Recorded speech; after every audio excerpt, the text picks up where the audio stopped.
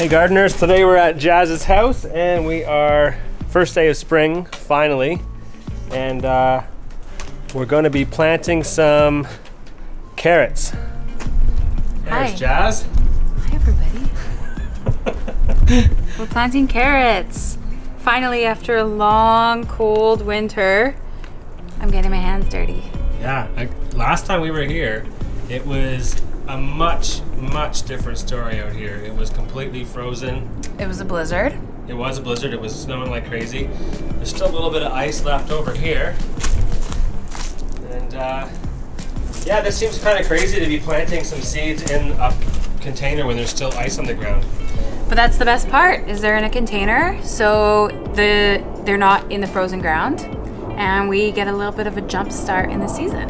The easiest way to plant carrots, when you get a seed pack, often they'll say plant a quarter of an inch deep.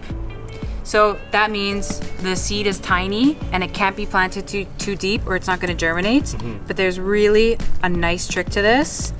So I've made this soil really fluffy because carrots like to have easy, loose soil to root into. So how did you make it fluffy? You take a hand rake or your hands and you go into the soil and you just fluffen it up. And you added worm castings to this, right? Yes. These are my favorite earthworm castings.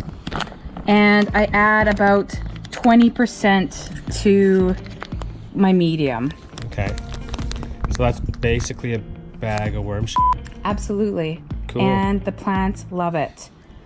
Stronger roots, bigger blooms, higher yields, and that's the truth. I grow everything with worm castings.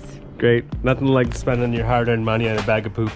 So I poured all the soil in, almost to the top, and then I added these in and mixed it in with my hands.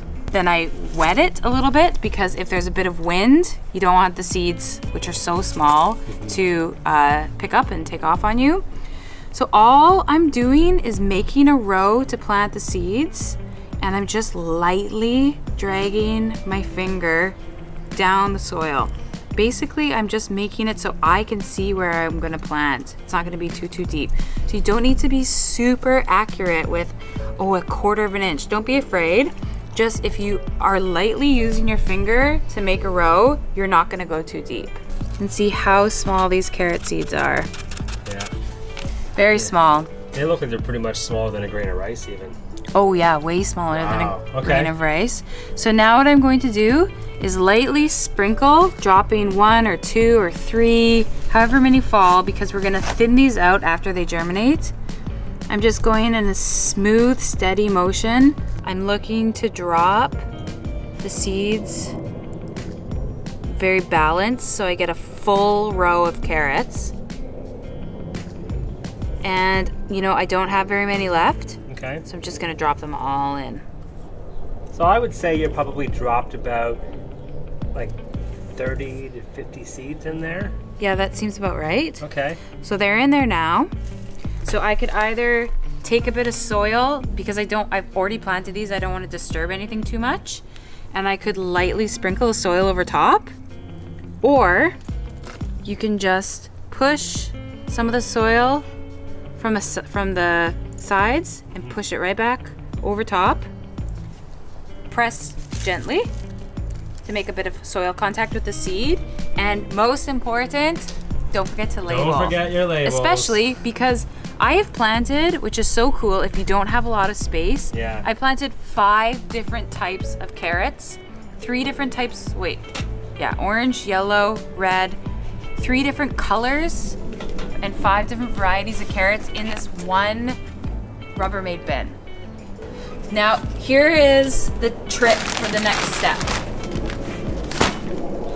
If you have a watering can that only has one single hole and you're gonna put it directly on like that, that's going to shift around your carrots like crazy. So you need a sprinkle head so you can get a nice even, so the seeds aren't gonna shift around on you. Okay. And just a nice little water, little drink. keep them down, you need to keep them moist. So you can cover it. This is why the Rubbermaid bins are so cool. Oh, now it all comes together. You can cover completely as long as you do not forget to check on your project. As soon as you start to see germination, they need to see the sun.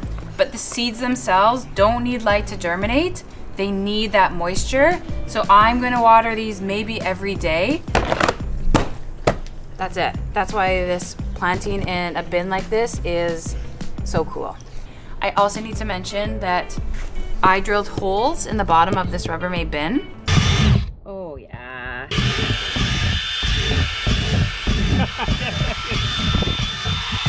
You're a little Drill happy? yeah. And I'm going to set up on 4 corners on some broken tile to elevate the bin. So when I do water really deeply in the summer, in the spring, it can all drain out if it needs to be. So you're just raising the bottom of the bin off the ground. Let's show everyone how that's gonna look.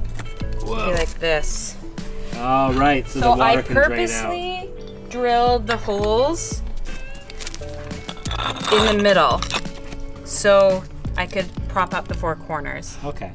Sully really likes to drink from the can, so it takes about double the time to fill a watering can. So is that a regular occurrence? This is regular. It's his favorite spot to drink water.